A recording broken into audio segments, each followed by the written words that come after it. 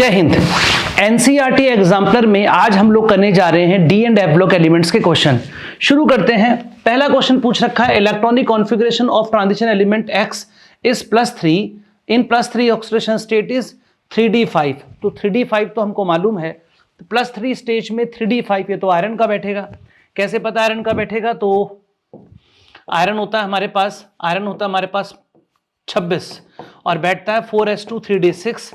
3 electron निकालोगे Fe+3, तो 2 यहां से 1 यहां से, तो आ जाएगा 3d5। तो आंसर हो गया 26। आगे पूछता है electronic configuration of copper +2 is 3d9 whereas that of copper plus is 3d10। पूछ रहा कौन सा स्टेटमेंट करेक्ट है। इससे रिलेटेड एनसीईआरटी में सिर्फ एक ही सवाल दे रखा है और बता भी रखा है कि कॉपर +2 कॉपर +1 से ज्यादा स्टेबल होता है। हालांकि कॉपर +2 का कॉन्फ़िगरेशन 3d9 है, उसके बावजूद भी ज्यादा स्टेबल होता है क्योंकि उसका हाइड्रेशन ज्यादा होता है। तो क्वेश्चन नंबर 2 पे जाएंगे तो उसका आंसर चला जाएगा ए। आगे चलते हैं, क्वेश्चन नंबर 3 पर आते हैं और metallic radii of some transition elements are given below, which of these elements will have highest density। तो आपसे highest density की यहाँ पर बात की गई है। तो highest density किसकी आप देखते हैं यहाँ पर? तो highest density के लिए जिसका मास ज़्यादा होगा उसकी डेंसिटी आप ज़्यादा लेंगे। तो आंसर जाएगा यहाँ पर 4th। Density equal to mass upon volume होता है, मास से आप उसकी डेंसिटी देखेंगे। इधर आते हैं क्वेश्चन नंबर 4 पर।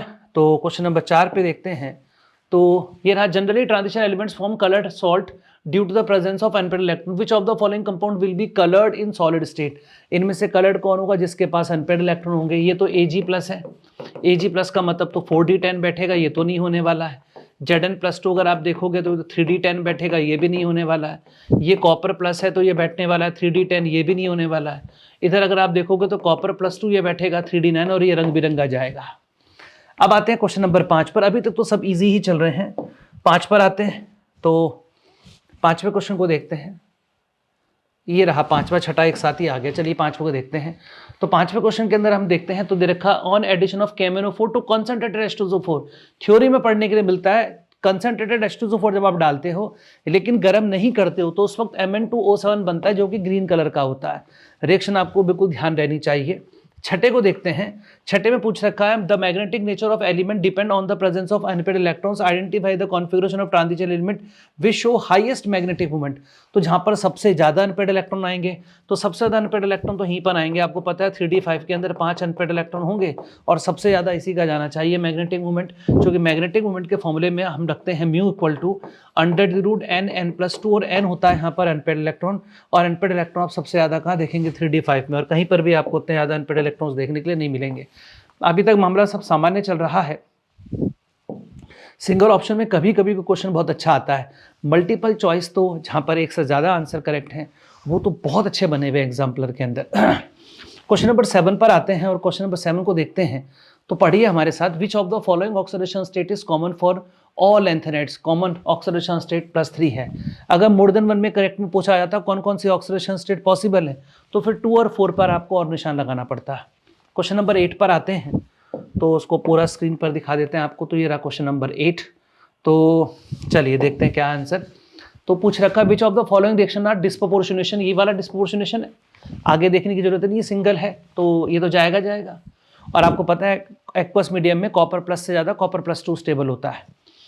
दूसरा आते हैं यहाँ पर, तो ये भी डिस्प्रोपोर्शनेशन है। यहाँ पर दिख रहा होगा आपको +6 उससे जा रहा है यहाँ पर +7 और +4 है ना। ये +7 है ये, सॉरी। और ये ठीक नहीं लिखा हुआ है यार, इसमें टाइपिंग एरर है। इधर होना चाहिए बेटा 2-, इधर होना चाहिए 1-। अब हो जाएगा, ये हो जाएगा यहाँ पर +7 और +6, not +7। This is +6, this is +7, this is +4। तो ऑक्सीडेशन और रिडक्शन दोनों हो रहे हैं। तो this is disproportionation, this is also disproportionation.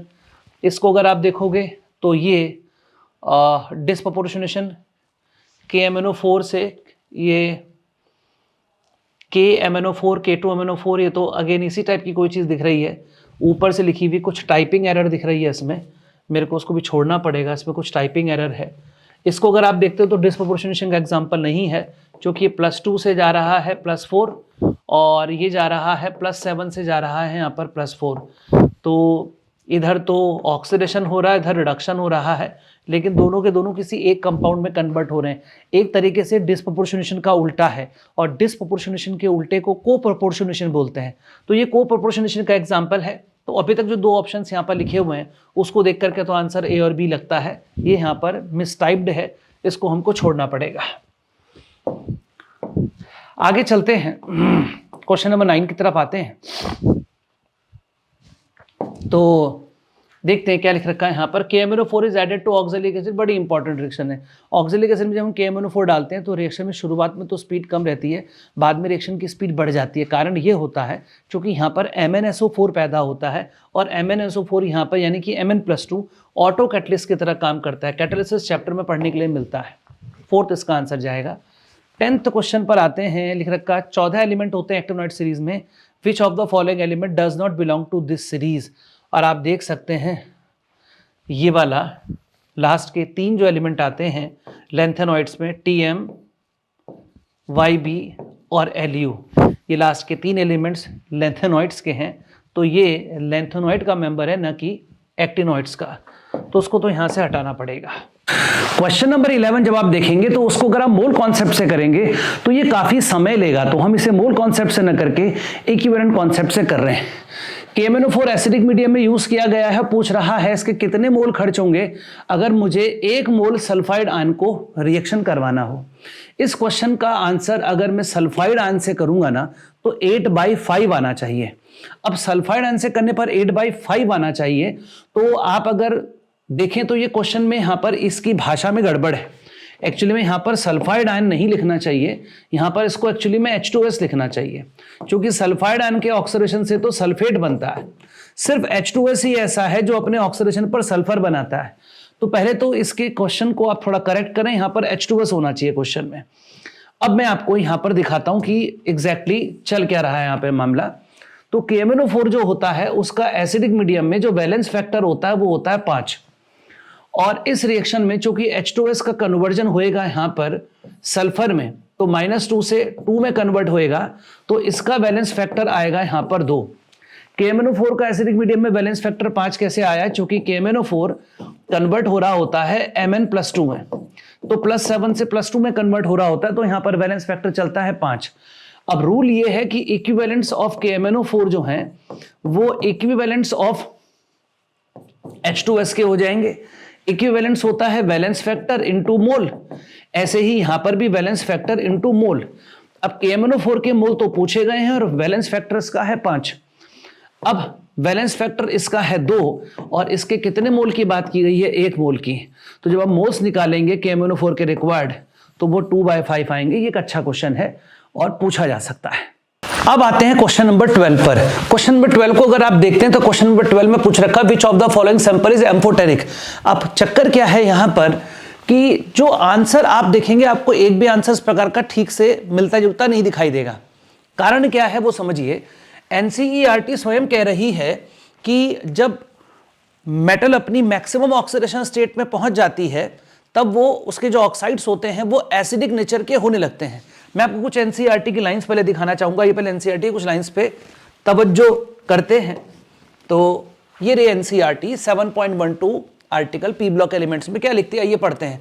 NCERT लिखती है as a general rule only non metal oxides are acidic but oxides of some metals in high oxidation state also have acidic character. और यहाँ पर Mn2O7, CrO3 और V2O5 3 metal oxides को d block elements के वो acidic मान रही है। अब अगर आप इंटरनेट वगैरह पे चेक करेंगे तो V2O5 आपको एम्फोटेरिक नेचर का मिल जाएगा। तो अगर हम देखें तो ये वाला ऑक्साइड जो है, ये वाला ऑक्साइड ये तो एसिडिक है पक्का, ये भी एसिडिक है पक्का, ये बेसिक जाएगा। अब V2O5 को लेकर के कंफ्यूजन पैदा होती है। तो अगर आप मोस्ट एप्रोप्रिएट अगर करेक्ट आंसर देखते हैं तो वो ये जाएगा, ये मानते हुए कि V2O5 आपका जो है वो विच of the following is amphoteric पूछा था। तो Cr2O3 को तो CrO3 तो हमारा एसिडिक हो चुका है चूंकि हायर ऑक्सीडेशन स्टेट में चला गया।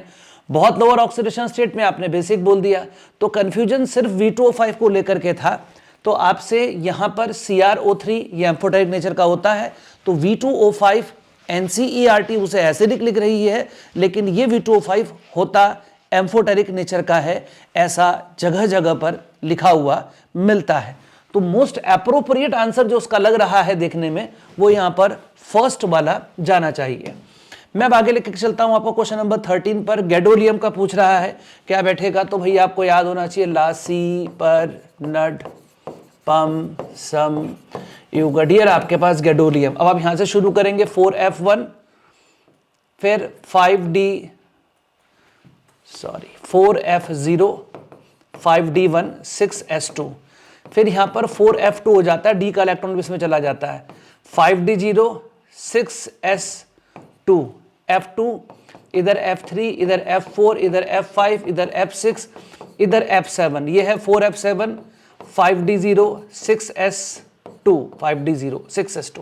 इधर आते हैं 4F7, चूंकि हाफ फील्ड है तो अगला इलेक्ट्रॉन F में ना जाकर के D में वापस चला जाता है, 5D1, 6S2, 712 first option correct हो गया, 13 का आंसर हो गया 1। अब हम आएंगे यहाँ पर 14 क्वेश्चन पर। 14 क्वेश्चन में क्या लिखा हुआ आप जरा इसको पहले अच्छे से पढ़ लीजिए, मैं आपको पूरी की पूरी स्क्रीन यहाँ पर शो कर देता हूँ। तो लिख रखा है interstitial compounds are formed when, आपको वैसे पता है इंटरस्टिशियल कब बनते हैं, जब 15% का साइज में फर्क हो। क्या होता है इंटरस्टिशियल के अंदर, ऐसे करके एटम्स रहते हैं और बीच में यहां पर छोटे वाला एटम अंदर जाके ट्रैप हो जाता है। तो होता है कि बीच इसकी वैकेंसीज पूरी भर देता है, इसलिए ये हार्ड हो जाते हैं। कंडक्टिविटी तो उनकी रहेगी लेकिन इनकी हार्डनेस बढ़ जाती है। अब आप यहां पे अगर पूरा देखेंगे तो पूछ रखा है कि इनके बारे में which of the following is not the characteristic property. सबसे पहले बात देखें, दे आर वेरी हार्ड, ये तो सही है, तो उसको तो मैं नहीं लूंगा, चूंकि मुझसे पूछ रखा है नॉट द कैरेक्टरिस्टिक प्रॉपर्टी, ये तो है भाई। इनके हाई मेल्टिंग पॉइंट हो जाएंगे, ये भी सही है, इनके हाई मेल्टिंग पॉइंट हो जाएंगे, ये भी सही है, ये भी जाना चाहिए। क्यों? चूंकि गैप्स भर जाते हैं, हार्ड हो जाते हैं। फिर they retain their metallic conductivity, ये भी करेक्ट है, इनकी मेटेलिक कंडक्टेंस वैसी ही रहती है। लेकिन ये इसका गलत हो गया यहाँ पर, they are chemically very reactive, ये रिएक्टिव केमिकली नहीं रहते हैं, इनकी रिएक्टिविटी कम हो जाती है। लिख रखा है यहाँ पर विच of the following is not the characteristic property. तो जो आपके पास ये एलॉयज होते हैं ये केमिकली वेरी रिएक्टिव नहीं होते हैं, इनकी रिएक्टिविटी कम हो जाती है। तो यहां पर आपसे पूछा था कि इसमें से कौन सा ऑप्शन जो है वो इंटरस्टिशियल कंपाउंड्स के बारे में which is not the characteristic property, तो this is not the characteristic property. बाकी सारी की सारी कैरेक्टरिस्टिक प्रॉपर्टी हैं, ये बहुत केमिकली रिएक्टिव नहीं होते हैं। आगे चलते हैं। आप सोचिए ना, अगर ये रिएक्टिव होते तो इसका एग्जाम्पल समझ रहे हैं आप, टंगस्टन कार्बाइड इसका एग्जाम्पल आता है। अब ये बड़े हार्ड होते हैं लोग, इनको यहाँ पर ये यहाँ पर ऐसे टिप पर लगाते हैं। ये जो आरी होती है हमारे पास, काटने वाली आरी, हर जो कटिंग करने वाला इंस्ट्रूमेंट होता है उसमें जो सॉ टूथ बने होते हैं, जो ऊपर ये दांत बने होते हैं, इनके टिप पर लगाया जाता है। बहुत हार्ड होने की वजह से ये जल्दी से खराब भी नहीं होते, एयर से भी रिएक्शन करके अपने ऑक्साइड्स नहीं बनाते। तो रिएक्टिविटी तो उनकी होती है यहाँ पर कम। और सवाल में पूछा गया था कौन सा करेक्ट नहीं है, और लिख रखा था they are chemically very reactive. अब आते हैं क्वेश्चन नंबर 15 पर। तो आइए 15 क्वेश्चन को बनाते हैं। और 15 क्वेश्चन के अंदर क्या लिखा हुआ है, magnetic moment associated with the spin angular momentum chromium plus 3। अब क्रोमियम प्लस 3 को अगर आप देखेंगे तो क्रोमियम प्लस 3 बैठेगा आपके पास 3d3। 3d3 का मतलब 3 unpaired electrons, number of unpaired electrons आ गए 3, तो म्यू बराबर निकालेंगे आप under the root n plus 2 तो हो जाएगा अंडर रूट 15। अंडर रूट 15 के हिसाब से जब आप यहाँ पर निकालेंगे तो उसका आंसर आपको मिल जाएगा, यहाँ पर भी सॉल्व कर लीजिएगा। क्वेश्चन नंबर 16 पर आते हैं। क्वेश्चन नंबर 16 पूछ रखा KMnO4 acidic medium alkaline medium में है, तो एल्कलाइन मीडियम में आई नेगेटिव का क्या बनता है, आयोडेट आयन। ये थ्योरी में पढ़ने के लिए आपको मिल जाता है। अमूमन आई नेगेटिव कन्वर्ट होता है I2 में, लेकिन एल्कलाइन मीडियम में आई नेगेटिव कन्वर्ट होता है आयोडेट में, ये आपको याद होना चाहिए। क्वेश्चन नंबर 17 पर आते हैं। विच of the following is statement is not correct. ये जो होता है ना नॉट करेक्ट, ये थोड़ा ध्यान देना चाहिए। कभी कभी लिखा होता है नॉट इनकरेक्ट, वो तो कतई जहर हो जाता है सवाल। इन चीज़ों पर बिल्कुल बहुत अच्छे से ध्यान देकर के चीज़ों को यहाँ पर लिखना चाहिए। पूछ रखा कौन सा करेक्ट नहीं है। अगर आप देखें तो पहले वाला स्टेटमेंट ही करेक्ट नहीं है, चूंकि पूछ रखा कॉपर हाइड्रोजन लिबरेट करेगा एसिड्स के साथ, मतलब वो ये कह रहा है कॉपर की रिएक्शन अगर मैं HCl के साथ करूं तो बना देगा वो यहाँ पर CuCl2 प्लस हाइड्रोजन। ये रिएक्शन गलत है। आप सोचो ना, ये रहा कॉपर 2H आयन, इससे आप बना रहे हो कॉपर +2 + H2। ये तो हो ही नहीं सकती। क्यों नहीं हो सकती? अगर आप ध्यान देंगे तो इलेक्ट्रोकेमिकल सीरीज में हाइड्रोजन के बाद आता है कॉपर। कॉपर का रिडक्शन पोटेंशियल हाइड्रोजन से ज़्यादा होता है, इसलिए कॉपर अपने आप को रिड्यूस करना पसंद करेगा हाइड्रोजन के सामने। और यहाँ पर अगर आप कॉपर को ऑक्सीडाइज करेंगे तो दिस इज नॉट पॉसिबल। तो पहला स्टेटमेंट ही करेक्ट नहीं है। बाकी स्टेटमेंट कोई पढ़ लेते हैं। In its higher oxidation state manganese forms stable compounds with oxygen and fluorine. ये स्टेटमेंट सही है। हायर ऑक्सीडेशन स्टेट Mn2O7 +7 अपने ऑक्साइड्स के फॉर्म में मिलता है। Mn+3 CO+3 are oxidising agent, बिल्कुल ठीक है। Mn+3 3d4 है, एक इलेक्ट्रॉन लेकर के वो 3d5 हो जाएगा। अपना रिडक्शन पसंद करेगा तो ऑक्सीडाइजिंग एजेंट है, ये तो सही है, गलत तो नहीं है। Cr+2 का बहुत इंपॉर्टेंट केस है। Cr+2 होता है 3d4 और एक इलेक्ट्रॉन लूज करके बनाता है वो 3d3, और 3d3 होता है बहुत स्टेबल। तो 3d4 से ज़्यादा 3 स्टेबल होता है। तो Cr+2 अपना ऑक्सीडेशन पसंद करता है, तो ये रिड्यूसिंग एजेंट बनेगा। अब आते हैं क्वेश्चन नंबर 18 की तरफ। तो चलिए क्वेश्चन नंबर 18 ये रहा हमारे सामने। Acidified K2Cr2 solution is added to Sn+2 salt. किस पे कन्वर्ट हो जाएगा? NCERT में लिखा हुआ है Sn+2 का कन्वर्जन Sn+4 में होता है ऑक्सीडेशन के बाद। क्वेश्चन नंबर 19 पर आते हैं। Highest oxidation state of manganese in fluoride is +4 but highest oxidation state in oxides +7 Mn2O7 क्यों हो रहा है? देखो, फ्लोरीन और ऑक्सीजन दोनों के दोनों बढ़िया ऑक्सीडाइजिंग एजेंट है। इस वजह से हायर ऑक्सीडेशन स्टेट किसी भी एलिमेंट की आपको, सल्फर की भी अगर आप देखेंगे तो या तो आपको ऑक्सीजन के साथ मिलेगी या फ्लोरीन के साथ मिलेगी। SF6H2SO4। बात मैंगनीज की नहीं है, सभी के साथ है। उसमें भी वो पूछ रहा है कि एकदम एक्सट्रीमली हाई जो ऑक्सीडेशन स्टेट है वो फ्लोरीन के साथ संभव नहीं है, ऑक्सीजन के साथ क्यों? बिल्कुल सिंपल सी बात है। आप अगर देखेंगे तो ये रहा Mn, और Mn देखो ये रहा double bond O O negative. इस भाई की ऑक्सीडेशन स्टेट 7 कर दी, और कितने एटम लगे? 4। ऑक्सीजन के साथ एक खास बात है कि ऑक्सीजन डबल बॉन्ड बना लेता है, लेकिन फ्लोरीन डबल बॉन्ड नहीं बना पाता। अगर फ्लोरीन को मैंगनीज की ऑक्सीडेशन स्टेट 7 करनी है तो उसके चारों तरफ यहाँ पर 7 फ्लोरीन एडजस्ट करने पड़ेंगे। 1 2 3 4 5 6 और 7, और ये 7 फ्लोरीन एडजस्ट नहीं हो पाएंगे बिकॉज ऑफ स्टेरिक हिंड्रेंस। इसलिए मैंगनीज मतलब जो ऑक्साइड्स के साथ हायर ऑक्सीडेशन स्टेट इसलिए कंफर्टेबल होती हैं क्योंकि ऑक्साइड्स के केस में आप देखते हैं covalent compound fluorine can form single bond, जबकि ऑक्सीजन जो है वो डबल बॉन्ड बना लेता है। ये इसका आंसर जाना चाहिए 4, और स्टेरिक हिंड्रेंस से बचा लेता है। वरना नंबर ऑफ, अगर फ्लोरीन लेते आप तो नंबर ऑफ एटम्स मुझे ज़्यादा यूज़ करने पड़ते। क्वेश्चन नंबर 20 पे आते हैं। क्वेश्चन नंबर 20 में पूछ रखा है जिरकोनियम और हाफनियम के बारे में पूछ रखा है कि इनकी फिजिकल और केमिकल प्रॉपर्टीज़ जो हैं वो सेम क्यों आ रही हैं? तो आपको पता है because of length and contraction zirconium और हाफनियम के साइज होते हैं सेम, और साइज सेम होने से फिजिकल और केमिकल प्रॉपर्टीज़ में सिमिलैरिटी आने लगती है। क्या आंसर जाएगा इसका? 3rd। 21 पे आते हैं। Why is HCl not use to make acidic medium in? देखो, KMnO4 और K2Cr2 के अंदर जब हमको उनको एसिडिक करना होता है तो हम H2SO4 का प्रयोग करते हैं, कभी भी हम यहाँ पर HCl का प्रयोग नहीं करते। कारण क्या है कि H2SO4 के अंदर सल्फर जो है ना वो अपने चरम को प्राप्त कर चुकी है। सल्फर की 6 से ज़्यादा नहीं होती, H2SO4 में सल्फर की 6 ही है। लेकिन अगर आप HCl में देखेंगे तो HCl में Cl के ऑक्सीडेशन स्टेट -1 है। तो ये संभव है कि जब हम KMnO4 के साथ HCl को यूज़ करेंगे तो KMnO4 किसी दूसरे का ऑक्सीडेशन करने से पहले Cl को ही निपटा दे, क्या हो भैया तुम्हारे ही ऑक्सीडेशन कर दें। तो वही लिख रखा है यहाँ पर। तो क्वेश्चन नंबर 21 की हम बात करेंगे तो आंसर चला जाएगा यहाँ पर भी, KMnO4 oxidises HCl into Cl2 which is also oxidising agent. अब आते हैं मल्टीपल चॉइस क्वेश्चन पे। यहाँ पर जो सवाल है ना बहुत अच्छे और जहर बने हुए हैं। अगर ये कॉम्पिटिटिव एग्जाम्स में आए तो बहुत ज़्यादा चांसेस हैं गलत होने के। ध्यानपूर्वक क्वेश्चंस को देखिएगा। अब जैसे क्वेश्चन देखो कितना अजीबोगरीब है। बोल रहा है कि देखो लिख रखा है transition element and their salts are coloured due to the presence of unpaired electron, और पूछ रहा है इसमें से कलरफुल कौन सा है। और मज़ेदार बात यह है कि KMnO4 कलरफुल होता है, आपको पता है। KMnO4 पिंक कलर का होता है, सबको पता है पिंक कलर का होता है, लेकिन अनपेड इलेक्ट्रॉन तो होता नहीं। +7 होता है, 3d0 4s0। यहाँ पर देखो तो सीरियम जो है +4 स्टेट में है, 4f0 और आपका 5d0 और 6s0। यहाँ पर टाइटेनियम +4 में है, इसका 3d0 है और इधर कॉपर +1 स्टेट में है, ये 3d10 है। तो ये भी कलरफुल नहीं है, ये भी कलरफुल नहीं है। और सबसे बढ़िया बात ये है कि मतलब आपको अनपेड इलेक्ट्रॉन के ऊपर झांसा तो दे दिया उसने, लेकिन कलर्ड कंपाउंड अनपेड इलेक्ट्रॉन से यहाँ पर पता नहीं चलने वाला आपको।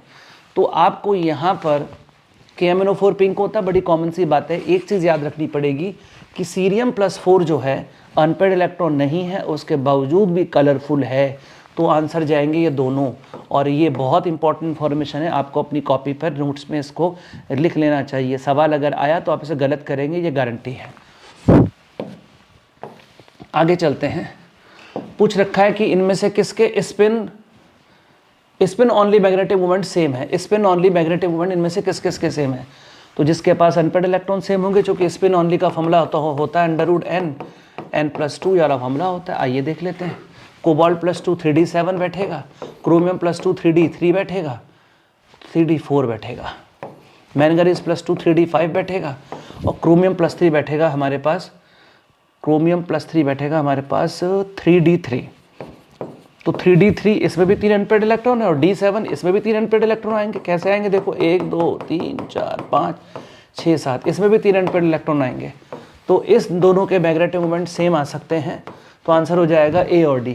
क्वेश्चन नंबर 23 का आंसर A और D हो जाएगा। 24 पे पहुंचते हैं और क्वेश्चन नंबर 24 पे पहुंचते हैं तो देखो क्या क्या लिख रखा है। अब देखो क्या होता है, पहले बोल रहा है कि Cr+6 is a strong oxidising agent है भी यार। अब K2Cr2 तो बढ़िया ऑक्सीडाइजिंग एजेंट है ही है। क्यों? चूंकि +6 है, ये अपने आप को एसिडिक मीडियम में किस में कन्वर्ट करता है, Cr+3 में। अपना खुद का रिडक्शन कराता है, साथ वाले का ऑक्सीडेशन करता है। लेकिन वो पूछ रहा है कि Cr के ठीक नीचे ही यहाँ पर आपके पास मॉलिब्डेनम और टंगस्टन है और इनके ऑक्साइड्स हैं यहाँ पर भी +6 स्टेट में है। ये अच्छे ऑक्सीडाइजिंग एजेंट क्यों नहीं है? तो आप पहले एक बात समझ लीजिए, ऊपर से नीचे आते समय ना एटम का साइज़ बढ़ता है। एटम का साइज़ बढ़ता है तो इलेक्ट्रॉन लूज करने की टेंडेंसी बढ़ती है।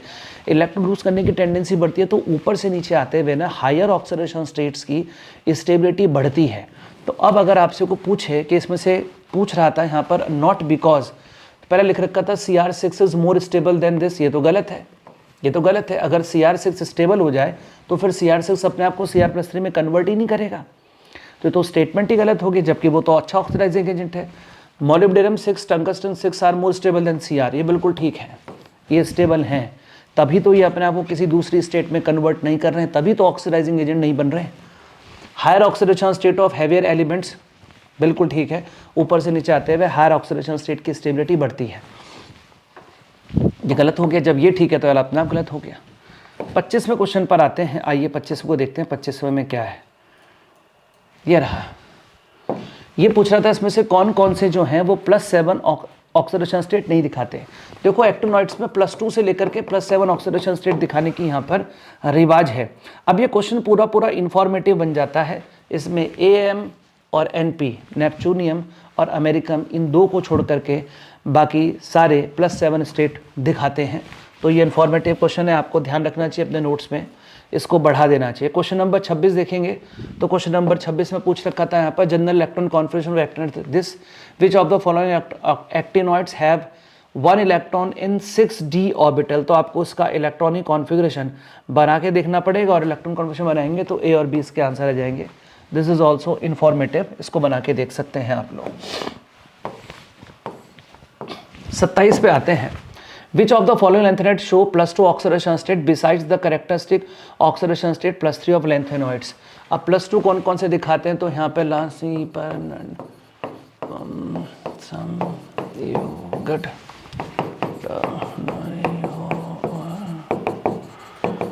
ये रहते हैं। 4 भी दिखाता है, ये दिखाता है 2।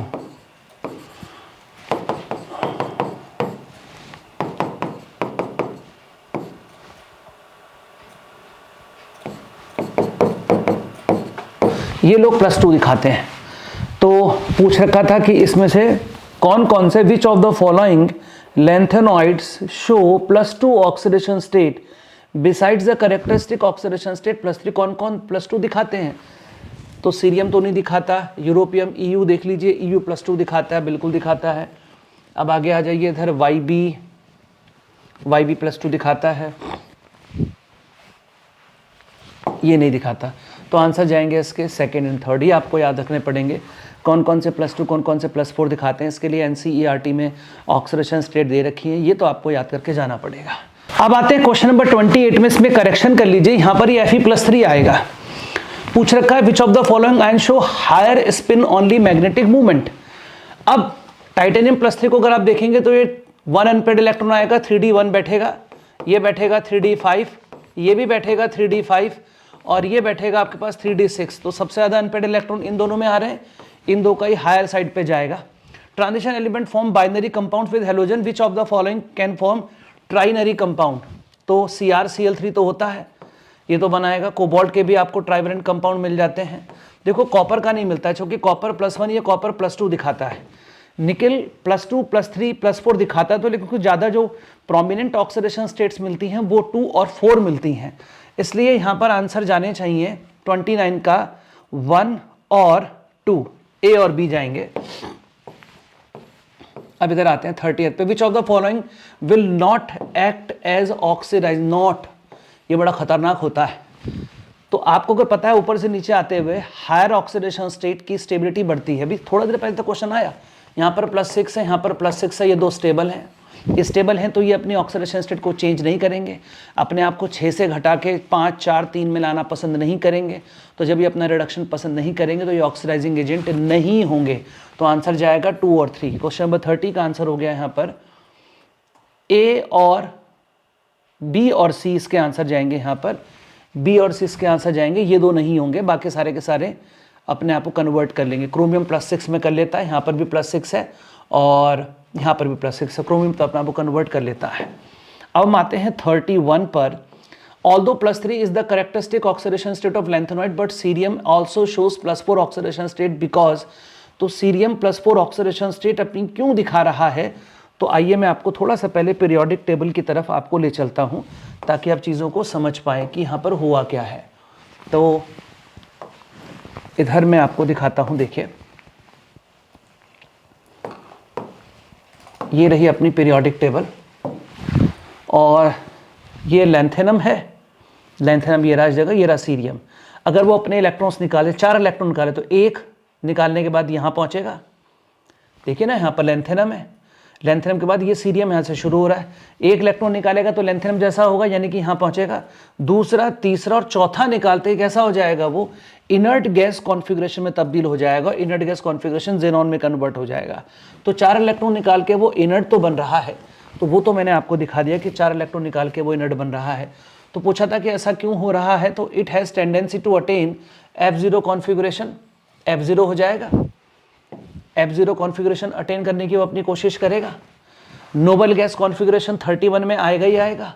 तो आंसर हो जाएंगे B और C, बाकी किसी के साथ रिजेम्बलेंस इसकी नहीं हो रही है। अब आते हैं यहाँ पर शॉर्ट आंसर टाइप में। Why does copper not replace hydrogen from acids? अभी थोड़ी देर पहले आया था, क्योंकि कॉपर का रिडक्शन पोटेंशियल हाइड्रोजन से ज़्यादा होता है। इसका answer why E0 values of Mn, nickel and Zn are more negative than expected. इनकी E0 वैल्यू कम क्यों आ रही है? उसका कारण ये है इनका लो एंथैल्पी ऑफ आयनाइजेशन है, तो इनका enthalpy of low enthalpy of sublimation है। आपको याद होगा इनके मेल्टिंग पॉइंट्स कम होते थे।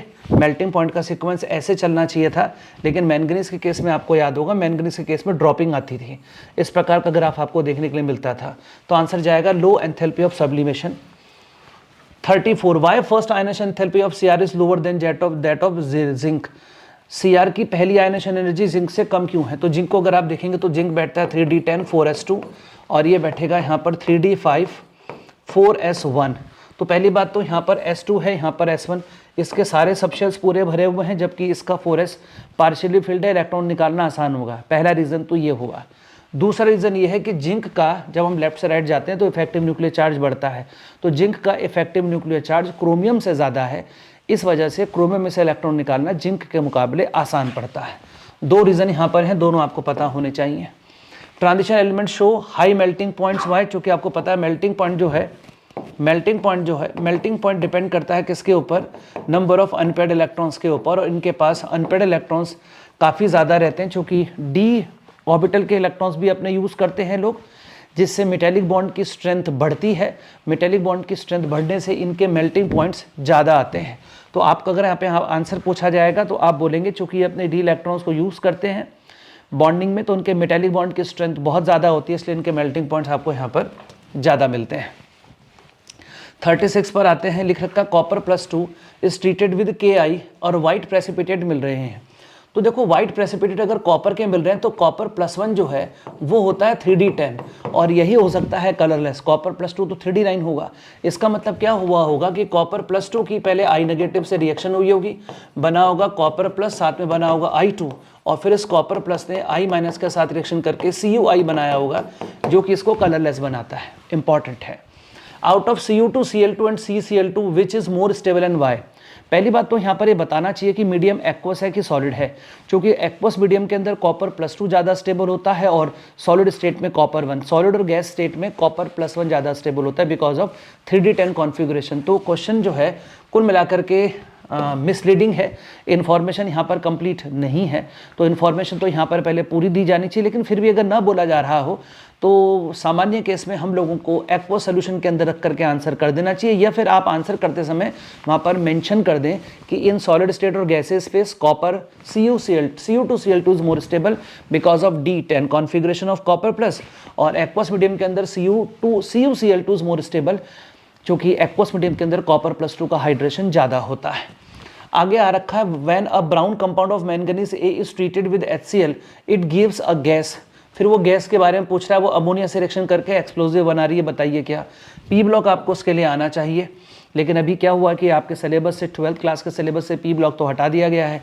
P ब्लॉक हटा दिया गया है 12th क्लास के सिलेबस से और उसका यहाँ पर कुछ एक रिएक्शन यहाँ पर उपयोग हो रहा है। होता क्या है, ये कंपाउंड जो है ये MnO2 है, ये ब्लैक ब्राउन सा दिखता है। इसकी रिएक्शन HCl से होने पर यहाँ पर क्लोरीन लिबरेट होगी और ये क्लोरीन अमोनिया के साथ रिएक्शन करके जो एक्सप्लोजिव बनाएगा वो NCl3 है जो कि एक्सप्लोजिव होता है। तो अब आपसे यहाँ पर कंपाउंड पूछे थे, तो ये कंपाउंड A हो गया। इसकी रिएक्शन HCl से होने पर जो गैस निकली, गैस ये रही B ने अमोनिया के साथ रिएक्शन करके जो एक्सप्लोजिव बनाया, this is NCl3। Although fluorine is more electronegative than oxygen, but the ability of oxygen to stabilize higher oxidation state exceeds than that of fluorine। अभी थोड़ी देर पहले बात भी हुई थी। कारण ये है कि फ्लोरीन को किसी एलिमेंट की वैलेंसी सेटिस्फाई करने के लिए उसके साथ सिंगल बॉन्ड बनाने की इजाज़त है, लेकिन ऑक्सीजन डबल बॉन्ड बना सकता है और उसकी यही डबल बॉन्ड बनाने की प्रवृत्ति जो है वो हायर ऑक्सीडेशन स्टेट को स्टेबलाइज कर पाती है। एग्जाम्पल मैंने आपको मैंगनीज का दिया था कि MnF7 इज नॉट पॉसिबल, क्योंकि मैंगनीज अपने चारों तरफ 7 फ्लोरीन एडजस्ट नहीं कर सकता बिकॉज ऑफ हिंड्रेंस, लेकिन Mn2O7 बन जाता है। चूंकि Mn2O7 बनाते समय मैंगनीज को अपने चारों तरफ सिर्फ 4 ऑक्सीजन एडजस्ट करनी पड़ती, जो कि अब आराम से कर लेता है, और ऑक्सीजन के अंदर डबल बॉन्ड बनाने की टेंडेंसी है, फ्लोरीन के अंदर नहीं है। आगे चलेंगे, question number 40। Cr+3 Cobalt+2 ions have same number of unpaired electrons but the magnetic moment of Cr+3 is this and. अगर मैं कहूँ कि ये सबसे बेहतरीन शॉर्ट आंसर टाइप क्वेश्चन है तो कोई गलत ना होगा। बहुत ही ज़्यादा भयंकर वाला क्वेश्चन आप इसे बोल सकते हैं। एक्चुअली में मैग्नेटिक मोमेंट जो होता है वो दो चीज़ों से निकल करके आता है। ये रहा 4s+1, ये स्पिन मोशन ऑफ इलेक्ट्रॉन्स की वजह से आता है, और एक ऑर्बिटल मोशन ऑफ इलेक्ट्रॉन की वजह से भी आता है, तो वो होता है ये। तो अमूमन डी ब्लॉक एलिमेंट्स के अंदर देखने में आता है कि डी ब्लॉक एलिमेंट्स के अंदर जो ऑर्बिटल मोशन होता है वो रुक जाता है, क्वेंच हो जाता है, लेकिन एफ ब्लॉक एलिमेंट के अंदर जो मोशन होता है, ऑर्बिटल मोशन होता है, वो क्वेंच नहीं होता। तो एफ ब्लॉक एलिमेंट के जब हम मैग्नेटिक मोमेंट निकाल रहे होते हैं तो इस फॉर्मूले से निकाल रहे होते हैं। आपने कई बार देखा होगा क्वेश्चन में लिखा होता है spin on the magnetic moment निकालिए। स्पिन ऑन दी का मतलब मैग्नेटिक मोमेंट जब निकालना है आपको, तो आपको ये ऑर्बिटल मोशन जो है, ये जो ऑर्बिटल मोशन है, ऑर्बिटल मोशन की वजह से जो आ रहा है, due to orbital motion, orbital motion की वजह से मैग्नेटिक मोमेंट आता है, इसको अपन कैंसिल आउट यानी कि जीरो कर देते हैं, और एस की जगह रख देते हैं अपन लोग n/2, एस की जगह रख देते हैं n/2 number of unpaired electron, और हर अनपेड इलेक्ट्रॉन की जो स्पिनिंग की वैल्यू होती है वो +½ होती है, तो number of unpaired electron two 1/2 आप यहाँ रखेंगे। तो जब इसको रखते हैं, इस वाले सेक्शन को जब आप जीरो कर देते हैं और वैल्यू डालते हैं, तो आपके पास फॉर्मूला आता है यहाँ पर n+2, ये वहीं से निकल करके आया। और अब मैं इसको बोलता हूँ कि स्पिनिंग की वजह से आने वाला मैग्नेटिक मोमेंट। तो डी ब्लॉक एलिमेंट के बारे में जो जरूरी बात है वो ध्यान से सुनिए, और NCERT में भी लिखा हुआ है कि डी ब्लॉक एलिमेंट में जो 3D सीरीज है वहाँ पर तो हर एलिमेंट में ऑर्बिटल मोशन क्वेंच हो जाती है। 3D में ऑर्बिटल मोशन क्वेंच हो जाती है 3D सीरीज के हर एलिमेंट में। 4D और 5D सीरीज में ऐसा नहीं होता है, वहाँ पर ऑर्बिटल मोशन इलेक्ट्रॉन का हो रहा होता है, वो अवरुद्ध नहीं होता, उसकी वजह से जो मैग्नेटिक मोमेंट में कंट्रीब्यूशन होता है उसको आप नेग्लेक्ट नहीं कर सकते हैं। लेकिन 3D सीरीज में सभी एलिमेंट में क्वेंच होता है, सिर्फ इस कोबाल्ट +2 आयन को छोड़कर। तो आपसे पूछ रखा है कि इन दोनों के अंदर आप देखो ना, इसके अंदर क्रोमियम +3 का मतलब कितना बैठेगा, क्रोमियम +3 का मतलब 3D3, और इसको कोबाल्ट प्लस को बैठेगा 3D7। इसमें भी 3 अनपेड इलेक्ट्रॉन, इसमें भी 3 अनपेड इलेक्ट्रॉन। तो अगर आप खाली अनपेड इलेक्ट्रॉन की हेल्प से निकालेंगे तो मोमेंट दोनों में बराबर आना चाहिए था, लेकिन वो बोल रहा है कि कोबाल्ट के केस में थोड़ा ज़्यादा आ रहा है। तो कोबाल्ट के केस में ज़्यादा आ रहा है बिकॉज, इसका आंसर लिखा जाएगा because orbital motion of electron is not quenched, so mu total जो निकलता है वो दोनों की वजह से निकलता है, म्यू स्पिन की वजह से भी प्लस म्यू ऑर्बिटल मोशन की वजह से भी, तो दोनों की वजह से निकलता है, स्पिन की वजह से भी प्लस ऑर्बिटल मोशन की वजह से भी। बहुत अच्छा सवाल ये यहाँ पर है। Ionisation enthalpy of cerium Pr and Nd are higher than TH Pa U Y। भाई ऊपर से नीचे आते हैं, ये कौन है, ये लोग लेंथेनॉइड्स हैं, ये लेंथेनॉइड्स हैं। ये कौन है, एक्टिनॉइड्स हैं। इसके ठीक नीचे आते हैं लेंथेनॉइड्स के ठीक नीचे आते हैं एक्टिनॉइड्स। तो आपको पता है ऊपर से नीचे आते समय तो साइज़ बढ़ता है तो आयनेशन एनर्जी में कमी आती है, तो उनके स्मॉलर साइज के मुकाबले, इस वजह से आप इन्हें ऐसा बोल सकते हैं। आगे चलेंगे 42 पर आते हैं, तो लिख रखा है यहाँ पर, although zirconium belongs to 4D and HF belongs to 5D series but it is difficult to separate them. वो इसलिए चूँकि इन दोनों के साइज एकदम बराबर होते हैं because of lanthanide contraction. Although +3 oxidation state is the characteristic oxidation state of lanthanoids, but cerium shows +4 oxidation state also। अभी थोड़ी देर पहले ऊपर क्वेश्चन आया था, सीरियम +4 स्टेट से दिखाता है, चूँकि after losing all it's 4 electron it acquires stable inert gas configuration like xenon। इस वजह से आ जाते हैं 44 पर। 44 पर explain why does colour of KMnO4 disappear when oxalic acid is added to this. वो इसलिए हो जाता है जनाब, जो KMnO4 होता है एसिडिक मीडियम में, वो अपने आप को किस में कन्वर्ट कर लेता है, Mn+2 में, और Mn+2 होता है अपना कलरलेस। तो ऑक्सैलिक एसिड का ऑक्सीडेशन और इसका हो जाता है रिडक्शन। रिडक्शन होने पर Mn+2 के अंदर कोई कलर देखने के लिए अपने को नहीं मिलता है। When orange solution containing dichromate ion is treated with alkali, a yellow solution is formed and when HN is added, आपको पता ही है Cr2O7, ये तो K2Cr2O7 की प्रॉपर्टी में आता है। इसमें अगर आप OH डाल देते हैं तो वो किस में कन्वर्ट हो जाता है, CrO4 टू CrO4 माइनस में, 2 माइनस में। और अगर आप इसमें वापस HN डाल देते हैं तो ये किस में कन्वर्ट हो जाता है, डाइक्रोमेट क्रोमेट में, क्रोमेट को डाइक्रोमेट में कन्वर्ट कर सकते हो। बेसिक मीडियम में क्रोमेट बन जाएगा, एसिडिक मीडियम में डाइक्रोमेट बन जाएगा। लिख रखा है यहाँ पर, when orange solution of this is treated with alkali, yellow solution is formed, chromate का बना हुआ है, HN डालोगे तो वापस में कन्वर्ट हो जाएगा। 46 a solution of KMnO4 on reduction yields either a colorless solution or a brown precipitate or a green solution depending on the pH of the solution. What different stages of the reduction do these represents and how are they carried out?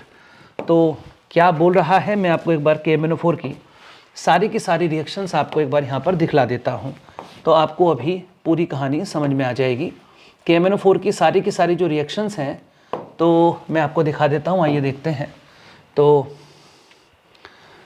मैं आपके सामने यहाँ पर एक PDF खोलता हूँ और आप KMnO4 की सारी रिएक्शंस को रिवाइज़ कर लीजिए। हमने भी एक लेक्चर बना करके क्विक रिवीजन का डाला हुआ है, वहाँ पर भी इन चीज़ों को डिस्कस किया है। मैं चाहूँगा कि एक बार आप उसको देख लें तो ज़्यादा बढ़िया रहेगा। तो KMnO4 की सारी रिएक्शंस जो हैं वो ये रही।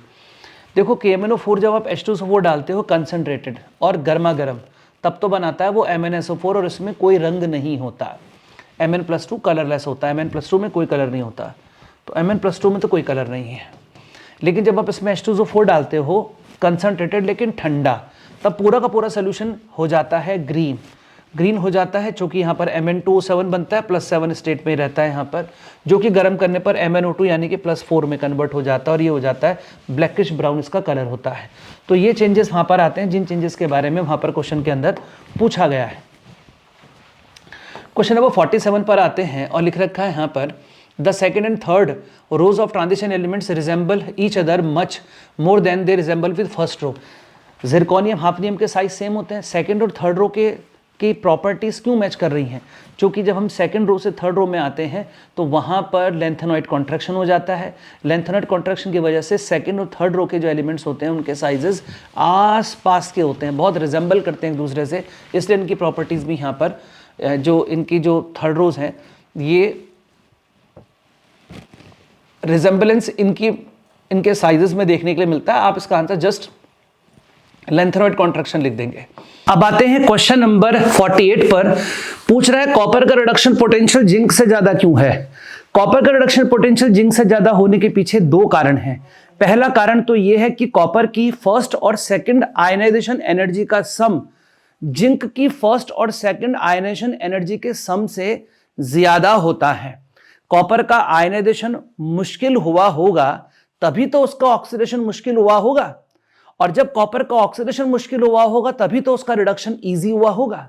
तो आप फिलहाल दो आंसर इसके याद रख लें। पहला आंसर कि sum of first and second ionisation energy of copper is greater than zinc, पहला रीजन। और दूसरा रीजन कॉपर +2 का जो हाइड्रेशन है वो जिंक +2 के मुकाबले थोड़ा सा कम होता है। ये दो रीजन इसके हैं, आप इसको याद रखेंगे। आगे पूछ रखा था halides of transition element become more covalent with increasing oxidation state. उसका कहना यह है कि अगर आप यहां पर लेते हो MnF2 और दूसरा लेते हो MnF4 तो यहां पर ऑक्सीडेशन स्टेट +2 है, यहां +4 है, तो वो कह रहा है कि ये वाला ज्यादा कोवेलेंट है, ये वाला कम। तो इसका सीधा सा आंसर है पोलराइजेशन। जब कैटायन पर चार्ज बढ़ता है तो पोलराइजेशन ज्यादा होता है, और पोलराइजेशन ज्यादा होने से कोवेलेंट करैक्टर बढ़ता है। तो आंसर होगा because of more polarisation in higher oxidation state of central metal atom, higher oxidation state of central metal atom. तो जैसे जैसे ऑक्सीडेशन स्टेट बढ़ती चली जाएगी कोवेलेंट करैक्टर बढ़ता चला जाएगा, क्योंकि पोलराइजेशन बढ़ेगा। क्वेश्चन नंबर 50 पर आते हैं। पूछ रहा है कि जब इलेक्ट्रॉन भरने शुरू करते हैं तो पहले 4s पे भरते हैं बाद में 3d में। कारण यह है आफ्बा रूल के अकॉर्डिंग 4s की एनर्जी, मतलब आफ्बा रूल के अकॉर्डिंग इलेक्ट्रॉन पहले उसमें जाता है जिस सबशेल की एनर्जी कम हो। सबशेल की एनर्जी निकालने के लिए हमारे पास रूल हुआ करता था n+l rule. n+l quantum numbers जोड़ करके आता था, वो मैं आपको यहां दिखाऊंगा, थोड़ा कॉम्प्लिकेटेड हो जाएगा उसको यहां पर बताना। अब आप सीधा समझ लीजिए कि 4s की एनर्जी 3d से कम होती है, इसलिए पहले इलेक्ट्रॉन 4s में भरता है। पूछा जब इलेक्ट्रॉन निकालना शुरू करते हो तो उल्टा क्यों होता है? इलेक्ट्रॉन निकालते समय उल्टा इसलिए होता है क्योंकि इलेक्ट्रॉन हमेशा आउटर मोस्ट शेल से पहले निकलता है, तो 4s सबसे बाहर है, इसलिए 4s से इलेक्ट्रॉन पहले निकलेगा। चौथे शेल से जस्ट अंदर वाला 3d है, उससे इलेक्ट्रॉन बाद में निकलेगा, क्योंकि 3d सबशेल जो है वो न्यूक्लियस के काफी क्लोज होगी, तो उसमें से इलेक्ट्रॉन निकालने में आपको थोड़ी कठिनाई का सामना करना पड़ेगा। तो आंसर आप समझ गए होंगे, 4s पहले क्यों भरा 3d से? Because energy of 4s is lesser than 3d। लेकिन इलेक्ट्रॉन निकालते समय सबसे पहले 4s से इलेक्ट्रॉन क्यों निकाला? वो इसलिए 4s से इलेक्ट्रॉन सबसे पहले निकाला क्योंकि 4s न्यूक्लियस से दूर है, और दूर जब इलेक्ट्रॉन होता है तो उसको रिमूव करने के लिए कम आयनेशन एनर्जी की आवश्यकता पड़ती है। Reactivity of transition element decreases almost regularly from scandium to copper. Sc से कॉपर की तरफ जाते समय रिएक्टिविटी में कमी क्यों आती है? सीधी सी बात है, स्कैंडियम से कॉपर की तरफ जाते समय इफेक्टिव न्यूक्लियर चार्ज बढ़ता है।